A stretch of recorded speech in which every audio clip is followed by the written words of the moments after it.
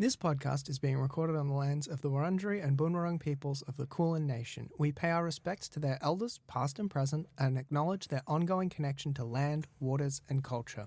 Sovereignty was never ceded. This always was, and always will be, Aboriginal land. Welcome to The Least We Can Do, a podcast about the housing system, what's wrong with it, and what you can do about it. I'm Hugh. I'm Chris. And I'm Michelle.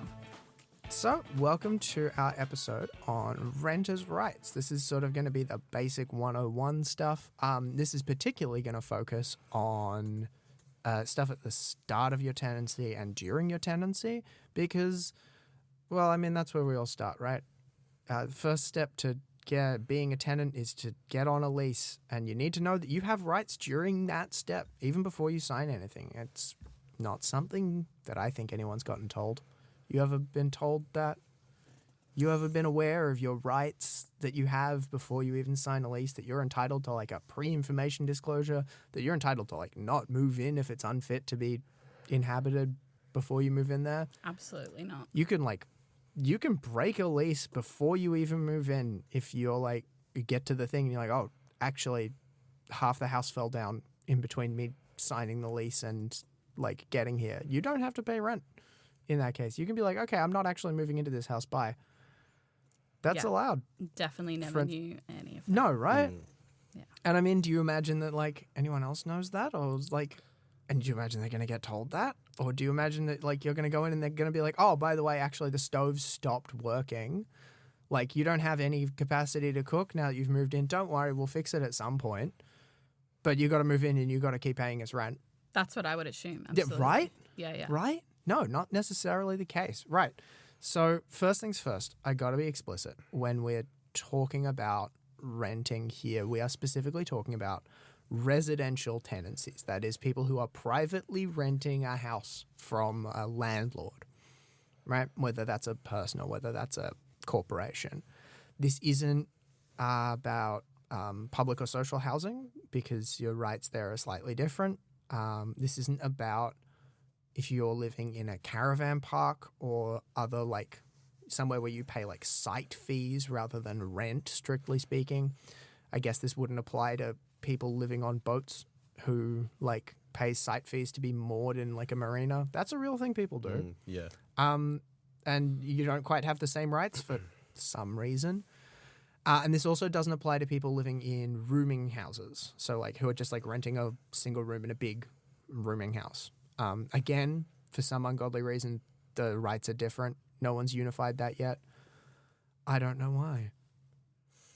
No. Very annoying. If you are someone in one of those situations and you want a better primer on your rights, you should go to the Tenants Victoria website because they have really good legal information. That's where I'm getting most of this from. I'm also getting other stuff from the Renters and Housing Union, Rahu, and I'm getting some of it from Consumer Affairs Victoria, who are ultimately the enforcement body, but Tenants Victoria is probably going to be your best bet if you want more information about any of this or if you want to reread the stuff I'm telling you because you better digest it in a written format. I'm not going to judge, that's me.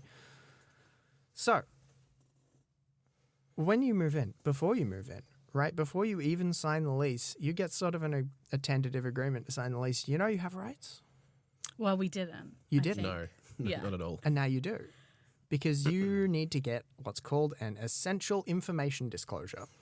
There's a few things that the landlord, the real estate, need to tell you before you even sign the lease. Mainly, the important things are whether they plan to sell and whether when the last safety inspections and all the essential safety stuff is. So that's the gas, that's the electricity, that's the pool fences, that's the smoke detectors.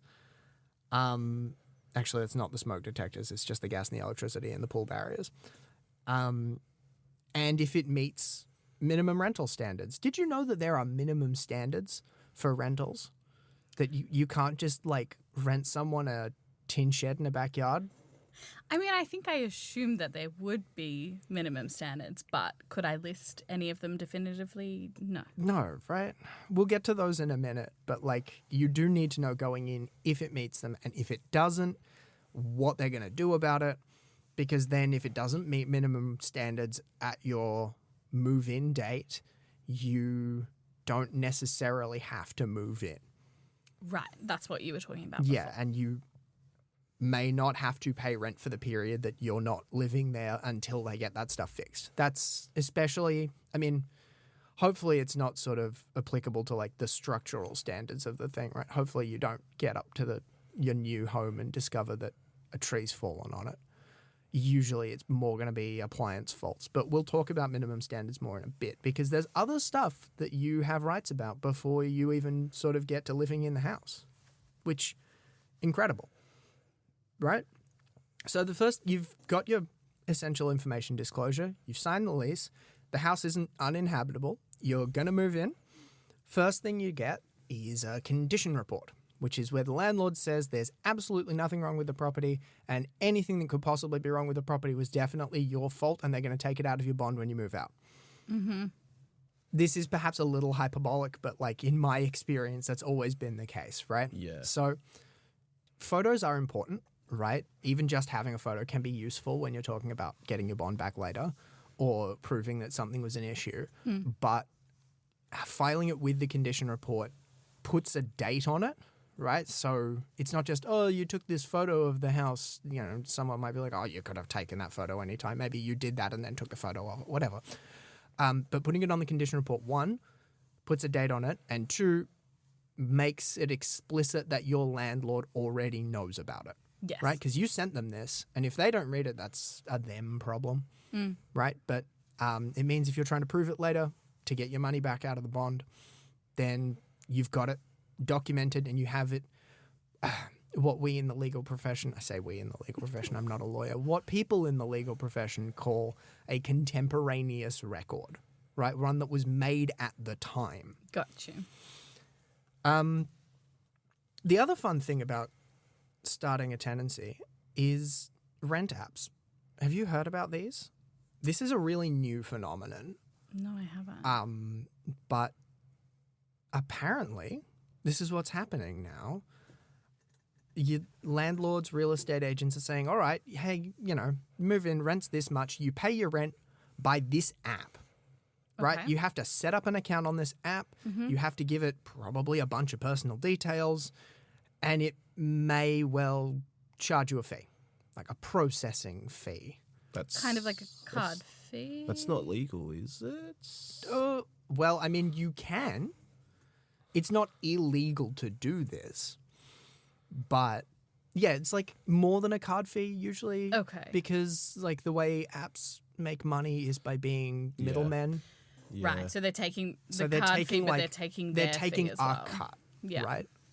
Like a commission in exchange for like setting up, basically what amounts to just setting up a direct debit, and getting a bunch of your personal info and maybe helping with the management of the rent.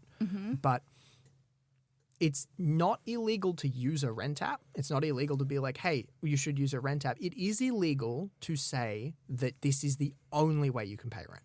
Right? According to the residential tenancy regulations, you need to be provided with a way of paying rent that does not incur any fees more than your bank fees. And you need to be able to pay rent by electronic funds transfer. Right? It's in the Act. It's like you need to be given the ability to pay rent by the means prescribed in the regulations. And the means prescribed in the regulations is EFT, right? It's bank transfer. Yeah, so we don't all have to be carrying an envelope of cash to the landlord. No, you don't. week. Thankfully, you no longer have to do that. Great. And you don't have to write a check, which I don't know of anyone who does that except maybe my parents, and they're in their 70s. Fair. And they're being phased out anyway. Yeah, by right. 2029. No more checks. So, yeah, you need to be given the ability to pay by EFT and in a way that does not incur additional fees. Okay. Right? And if your landlord tries to insist, or your real estate tries to insist that this is not the case, report, or they put like a term in your lease agreement that says this is the only way we accept rent, report them to Consumer Affairs, because that is not on. And the one last thing to talk about, I think, in terms of starting tenancies before we get into like the condition of the house, is subletting and co-renting and rental transfers. Because we're all young-ish, right? We all know that the only way anyone really gets a rental these days is in a share house, right? Yeah. Renting on your own is incredibly rare. It's incredibly inaccessible to most people because rents are so high. So most people are in share houses, and there's really two ways you can go about a share house, and it's really important to know which is which, right? Co-renting, if you're co-renting with everyone else in the share house, you're all on the lease. You are all have an agreement with the landlord to rent the place. You're all equally responsible for the property. Even if you move out, like it's happened to me before. I moved out of a place and before I like officially got my name off the lease, and there was like some issues that was starting to happen after I left, and I was like, well, the real estate stopped emailing me because I mentioned that I'd moved out. And then I was like, but why you're haven't still on the why lease. haven't I heard about this? And they're like, oh, you told us you moved out. And I'm like, yes, I told you I moved out, but I'm legally responsible for everything until you get off your ass and approve this lease transfer. Right? I need to know this stuff. And they're like, oh, we're sorry. I'm like, it was an interesting time. But yeah, if you're co-renting, then you're all responsible. Usually the way to move into or out of share houses where everyone's co-renting is lease transfers. You transfer your portion of the lease to someone else. Landlords can't unreasonably refuse consent to a lease transfer, but you do need to get their consent to do it. Okay. Is there a time frame on them doing that? Because I know, even in your story, but my brother too, landlords just sit on the lease transfers and... There isn't... I don't know of a strict sort of statutory timeline, but I think if it's been more than about 2 weeks, you can maybe start to go to VCAT. Okay. Because if your landlord is like refusing to give you consent, right? Not doing anything is refusing to give you consent. Yeah. And if they are doing that unreasonably and it's taking them too long, you can apply to VCAT to get a VCAT order to say you can do the lease transfer without your landlord's consent. Gotcha. And usually saying, hey, we're going to go to VCAT about this is enough to get them moving. Yes. Yeah. They can't charge for their consent, right? They can't say, all right, sure, but only if you give me $300. But they are allowed to charge reasonable expenses for all of the paperwork that I'm sure needs to be done and like how incredibly difficult it is, right? Yeah, very hard to print out a couple of papers, isn't it? Yeah. It's really hard being a landlord. Yeah, imagine. I mean, mainly this is in properties managed by real estate agents, right? Who are like, all right, it's going to take a tiny bit of time out of my day to actually like work all this out. So I'm going to charge you for it. Yeah. That can't be more than reasonable. There's no definition of what's reasonable, right? Okay. It's a case-by-case basis. Tenants Victoria says that they don't reckon it should be more than $125, but they last updated that estimate in like 2023. So that's still just an estimate, right? Yes. If it's a lot, you can talk to VCAT about getting a refund for the extra amount. But again, it's not there's not a like hard limit. I think there should be. Like someone should set it out in the regulations, maybe index it to inflation like they do with a bunch of other numbers. But as it stands right now, that's not the case. At least there's that number for us to keep in mind. Yeah, roughly. The other thing is subletting, right? Sometimes you're not co-renting, sometimes you're subletting. And subletting is when there is a tenant called the head tenant who has an agreement with the landlord to lease out a property, and then they separately enter into lease agreements to lease out other bits of the property to other tenants, right? The difference between a sublet and like a not sublet arrangement that doesn't really have a legal name is to be a subtenant, you need to have what's called exclusive possession of part of the property. So like you need to have a room that you can shut the door on, or you need to be like renting the garage or like the studio out the back or the granny flat or whatever. So that's the difference between the shared rooming you were talking about earlier, having different co-renting rights. and subletting. No, the difference between co-renting and subletting is who's on the lease. Basically, the difference between subletting and other probably illegal arrangements is whether you have your own space. And whether you can kick people out of the space. Subleases also need landlord consent to be valid. Again, they can't unreasonably refuse consent. They can't charge for it, but they can charge fees. Whether you, as a potential subtenant, can find out that there is landlord consent, whether because without landlord consent, it's not a valid sublease, and you can just be kicked out. Right, but you won't necessarily have contact with the landlord because you're only speaking with the head tenant. Because you only speak with the head tenant. It means that any issues that come up during the tenancy around rent, around repairs, around that, you're not talking to the landlord. You have to go through the head tenant. Mm-hmm. And it's, a system that is perhaps creates openings for exploitative behavior, which I'm sure we've all seen. Yeah. Yeah. And I think anything that has a middleman is definitely open to exploitation. Yeah, absolutely. Yeah. It's sort of bad enough that you have to go through real estate agents who aren't going to inform you of your rights necessarily and aren't necessarily going to treat you in a fully legal way, but at least they are regulated by consumer affairs. They're regulated by their own bodies to whatever extent those bodies are valid. But as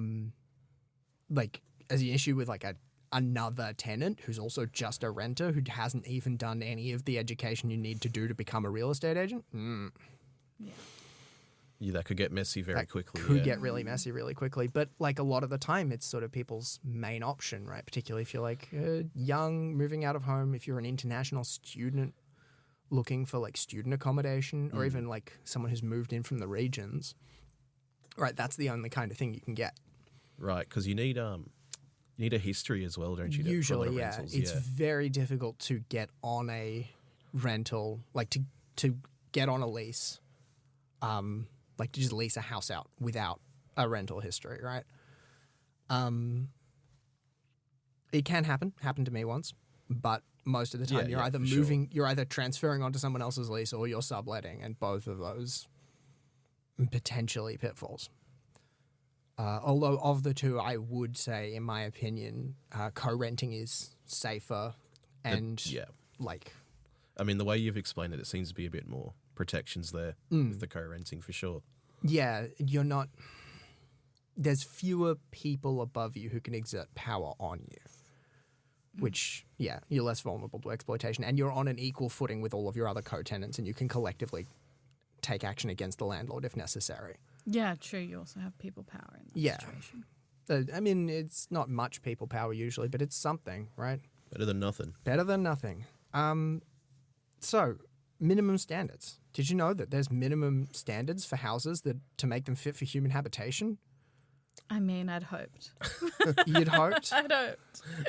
Have you seen the state of some rentals these days? Because we've got to tell some rental providers that there are, in fact, minimum standards. I think, yes. I'm fascinated to hear what the minimum standards are, to see if they are just quite low and therefore the properties are just a bit crappy, or if perhaps we're missing the minimum standards altogether. There's a lot of properties that the other question I have with that as well is that set in common law or legislation? That's in legislation. Okay, so that's a hard... it's in legislation. Okay. It's outlined in the Residential Tenancies Act. But to answer your question, it's a bit of both. Yeah. A lot of the time you can get a kind of crappy house that's not great but will meet minimum standards. And some other times you can find a house that fully does not meet minimum standards and is being advertised anyway. There's one near me, and I'm in the process of trying to work out how to report it to Consumer Affairs because it's a private rental. The owner's just doing it. There's no estate agency managing it. But there's this company called For Sale by Owner who they're oh, we'll do all the paperwork and we'll screen it all for you and act as a central point of contact, but we're not estate agents and we're not doing it, we're not managing this property, we're just helping direct things to you. And I'm well, Consumer Affairs wants the name of the real estate, they want a direct contact number. I can't give them either of those things, but this place clearly does not meet minimum standards, right? It's got there's visible water damage in some bits of it. On the photos, there's water streaks on the walls. I'm this is not okay. Far out. So what are the minimum standards that So- we should be looking for? You need locks on your external doors.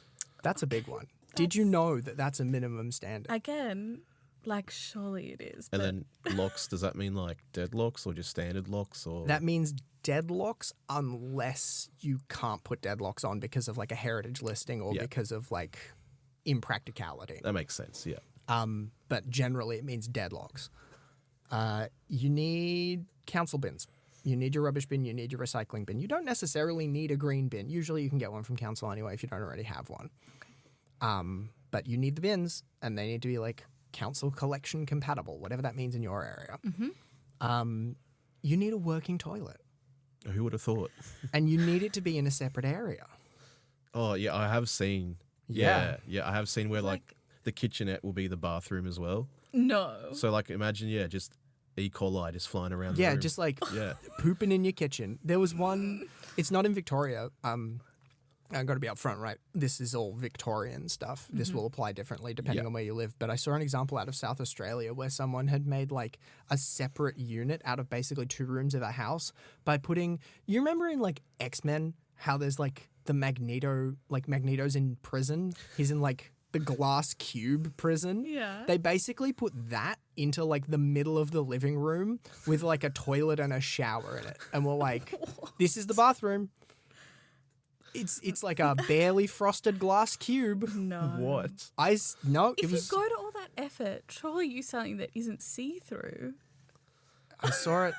That's It was real. terrible. It was so Why bad is it in the middle of the room? because it's like a living room and like a kitchenette in a house being rented out as a separate property.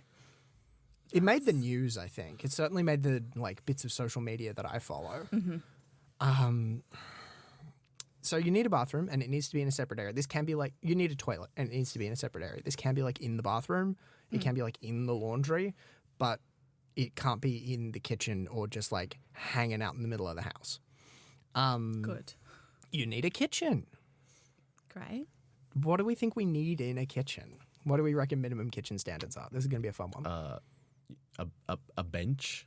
No, So you don't, where are you gonna prepare food? we assume that there's going to be a bench because there almost inevitably is, but like, no, there's no requirement to have a bench. Because I'm pretty sure I have seen like rentals where there's literally just a stove. Do you need a stove? Yes. Okay. Well, you need a cooktop with at least 2 working burners. Can it just be like a Coleman camp stove? No, it needs to be an actual fixture. Okay. Also, because Coleman camp stoves don't generally have 2 working burners. They're Yeah. generally 1 burner ones, Usually aren't one they? burner. Oh no, You I can- have you- to. Oh, you I- ha- oh you my can get God. you Camp can get fancy. primo ones. Yeah. Yeah, Yeah, oh, yeah. bougie camping over here with your 2 Clamping it. burner. How are you going to have your dishes water and cook at the same time if you only have 1 burner? Containers.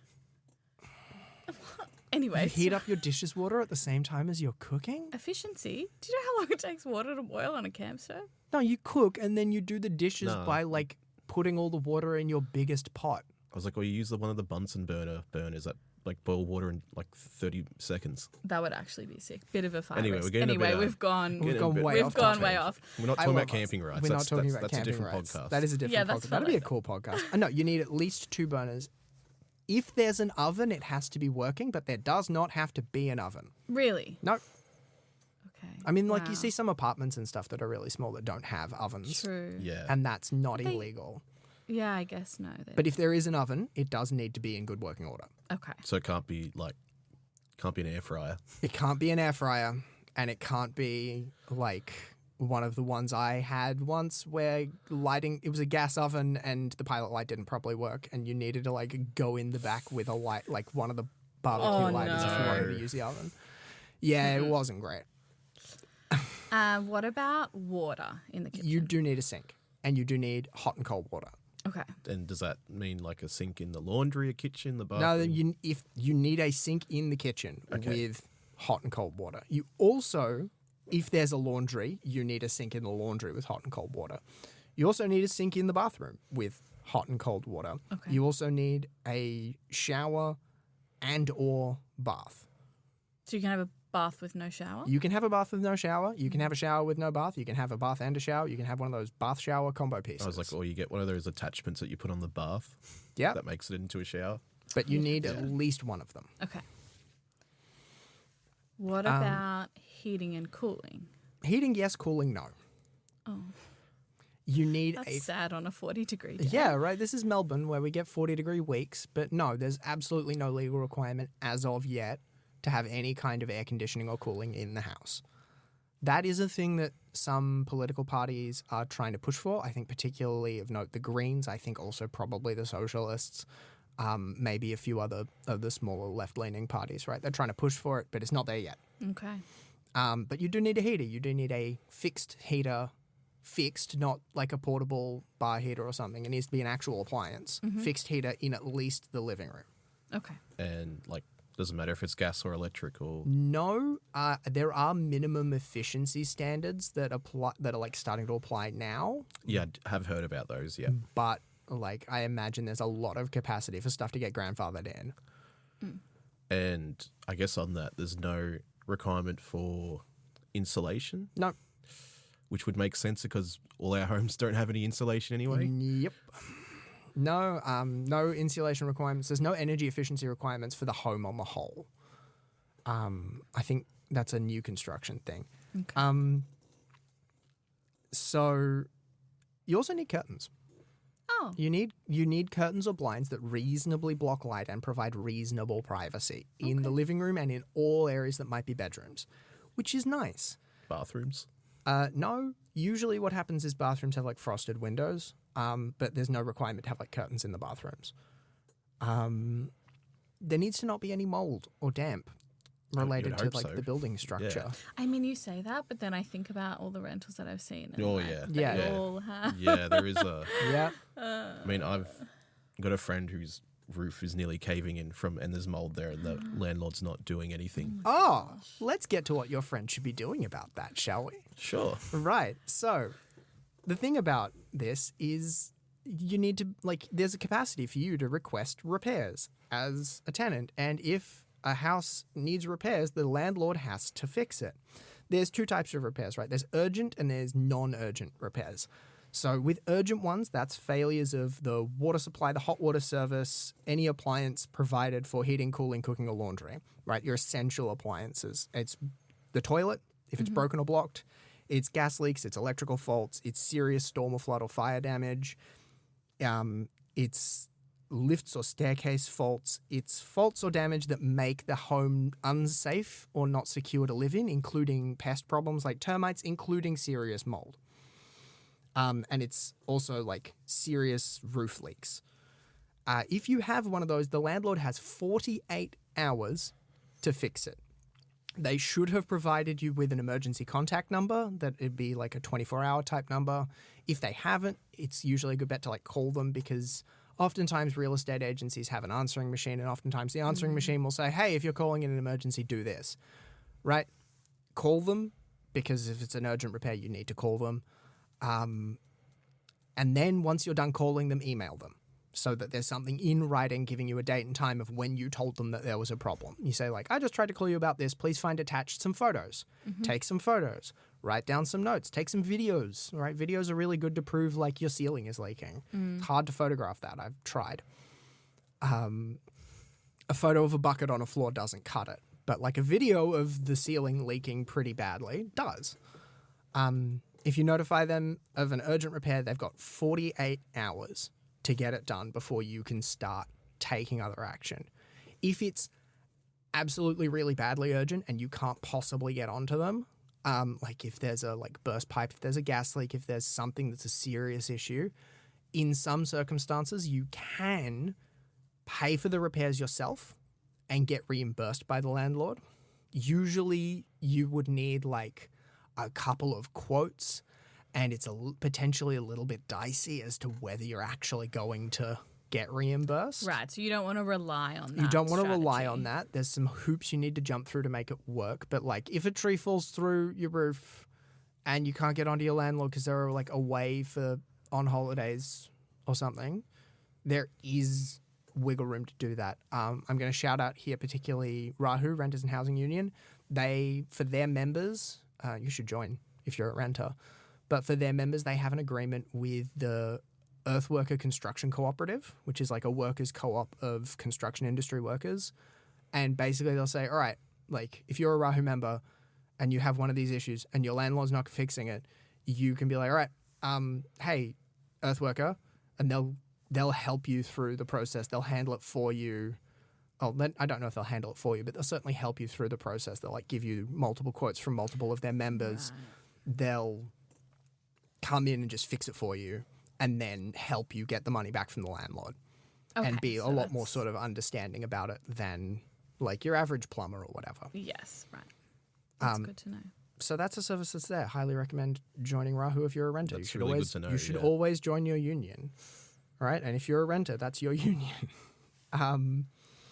Other repairs, there's 14 days to fix them. Again, you don't necessarily need to call. It might be better to just email if there's like a minor roof leak or whatever, right? If the window's a little bit cracked, but it's not a serious issue. They've got 14 days. So you call if necessary. You email them to get it in writing with the time and date. You take photos and videos. If they haven't taken action within the time frame, right, 48 hours for urgent repairs, 14 days for non-urgent, you go to Rental Dispute Resolutions Victoria, RDRV. It used to be you go to VCAT. A lot of places still say go to VCAT, but because VCAT was getting snowed under by the sheer number of people being like, hey, my landlord isn't doing what they need to, the government's recently established RDRV and said you have to take certain rental disputes there first, because most of the time that can be resolved with like someone in authority sitting down and saying, you do actually need to do this.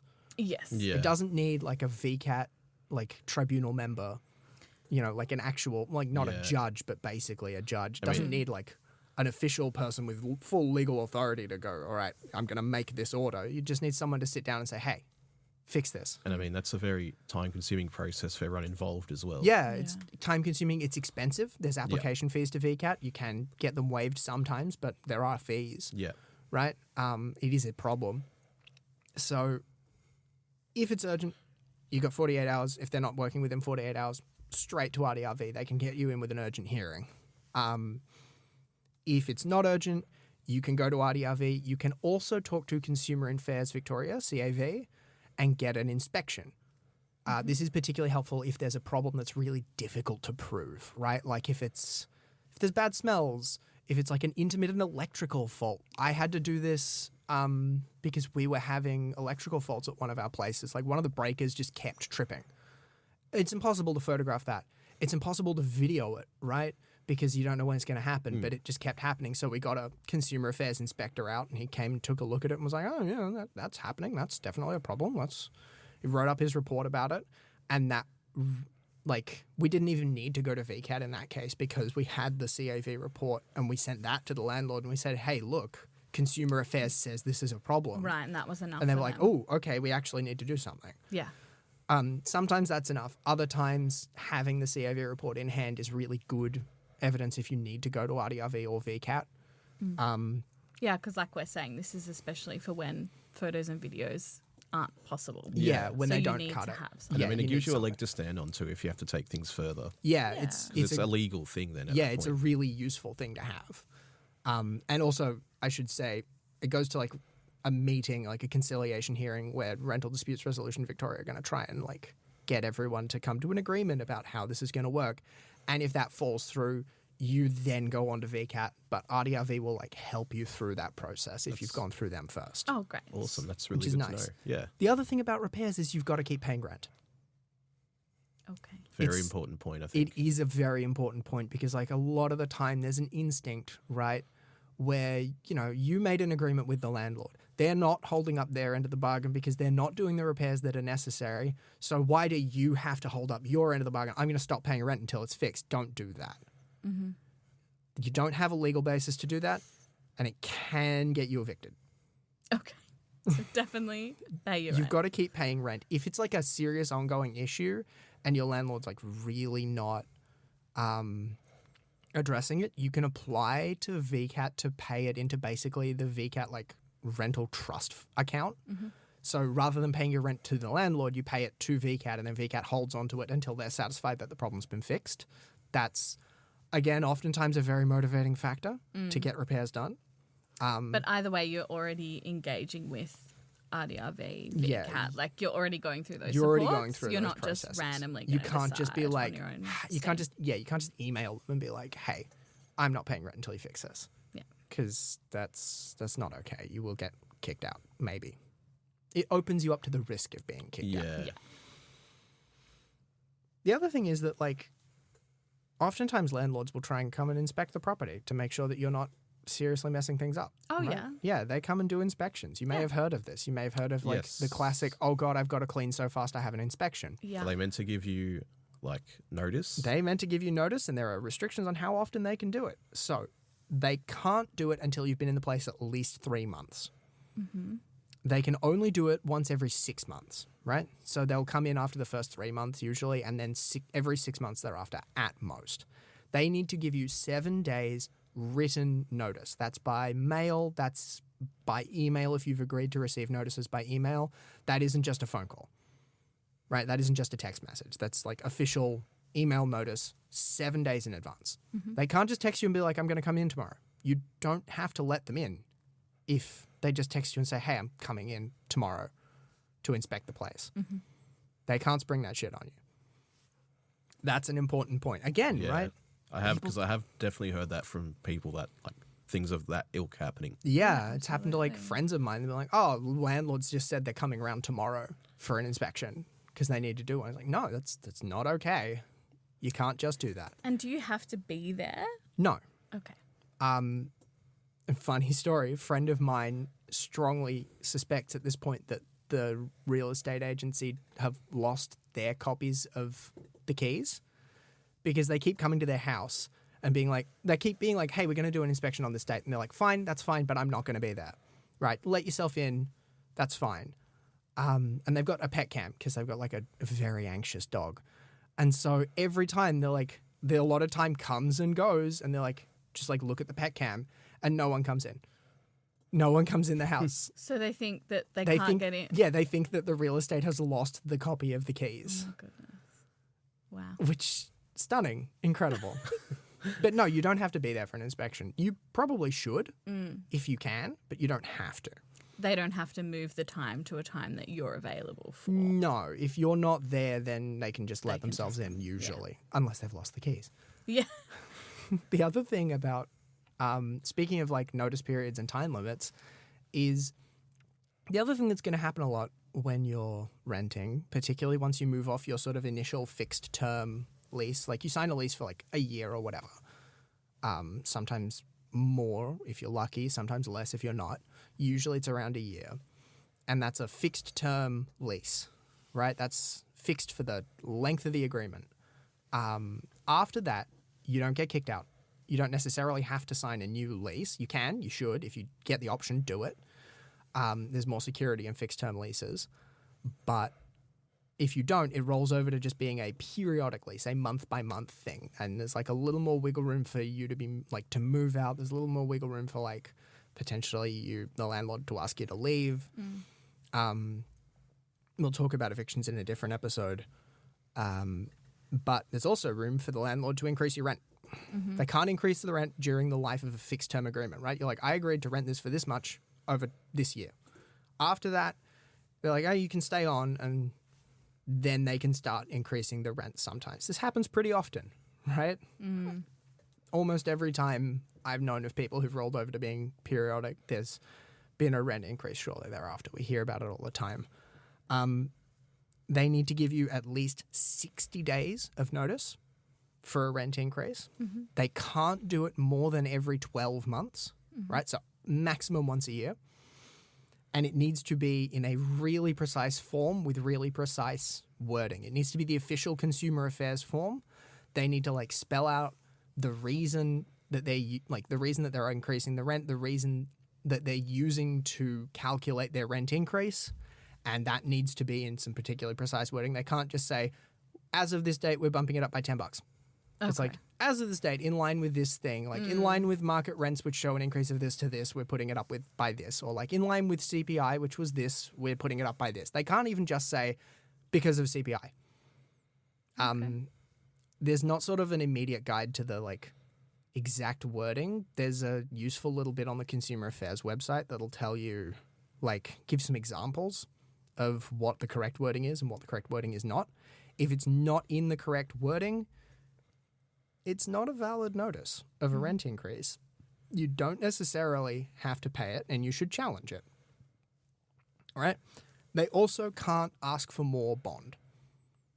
They can't up your bond just because your rent's going up unless you were on a long-term lease, 5 or more years, which if you are, call me. How did you do that? Yeah, exactly. I want to know. Give me the hookup. But if you're on a 5+ year lease and you're rolling over to another 5+ year lease, they can ask you to put in more for the bond. Right.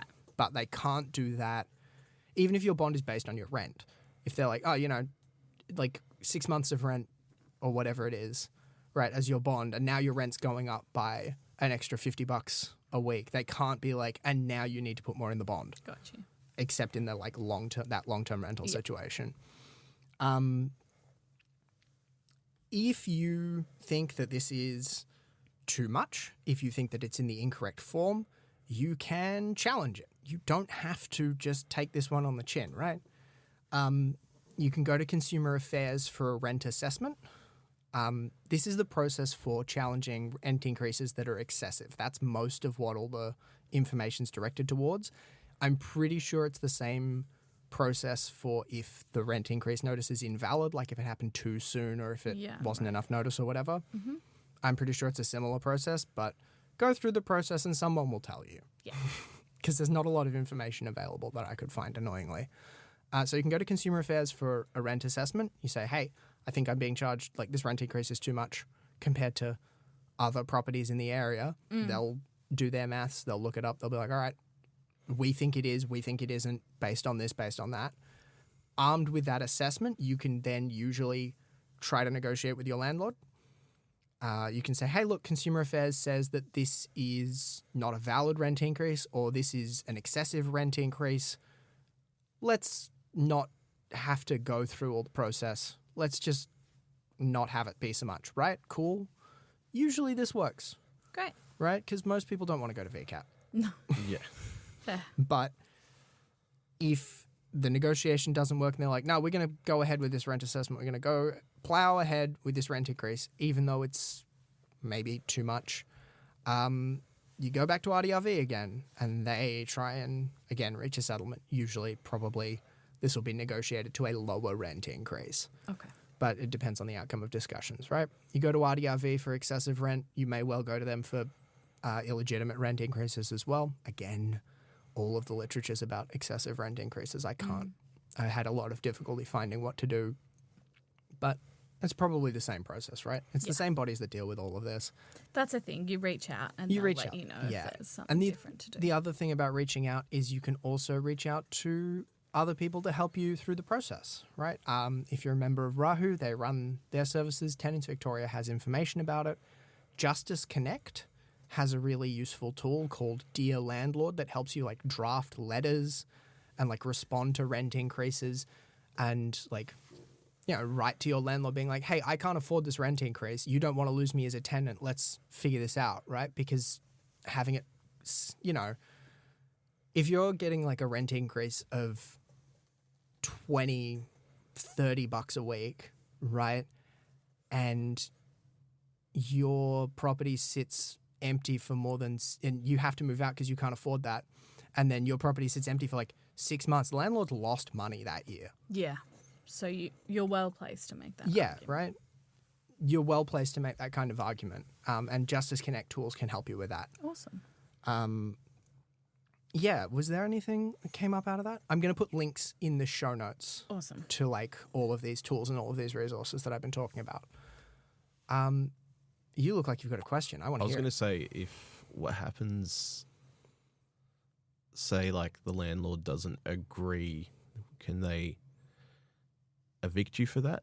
For what? Sort Trying of- to negotiate a rent? Yeah. So A what decrease happens in like your rent after? reduction. So once you go through all the process and everything, like If you go through all of the process, right? If you get the CAV assessment and they don't budge, if you try to negotiate with them and they don't budge, if you go to RDRV and they don't budge, and then you go to VCAT and VCAT finds the increase is not excessive, you got to pay it. right? That's if VCAT says this is fine, then that's it, right? That's the ruling. It's fine, and you got to keep paying it. And if you can't pay it, then well, you got to look at moving out, right? Yeah, that makes sense. Yeah. Unfortunately. Yeah. But usually, like, if you can't pay it and it's quite a bit, then, like, VCAT or RDRV are going to have some leniency. They are probably going to be able to talk landlord around to you don't want to lose a tenant a bit better than just you can. Yes. That's the hope. That's the hope, yeah. But they can't evict you just for trying, Makes sense. right? Like, they can't evict you or for Well, I mean, you'll getting go, repairs. I imagine you'll go through that in the next. Yeah, your we'll next talk about episode. that in the Yeah. next episode about evictions. But, like, broadly, you can't get evicted for exercising your rights. Just like you can't get fired for exercising your rights. Yeah. Like, I'm sure they'll be annoyed, but like they can't really do anything about No, it. Yeah. and if they are, we'll talk about that in the next episode. But if they are trying to like push you out, or like actively trying to get you evicted. yeah, if they're trying to like push you out because of illegitimate reasons, well, I mean, I'm sure you can imagine where I'm going with this one, right? It starts with go and ends in 2 VCAT. Shocking. This has been The Least We Can Do. All the resources we've discussed in each episode are going to be linked in the show notes, so head on down there and take a look at those if you need to do some more reading. We'd like to thank everyone who's worked with us, particularly our media production team, and we'd like to thank you for listening.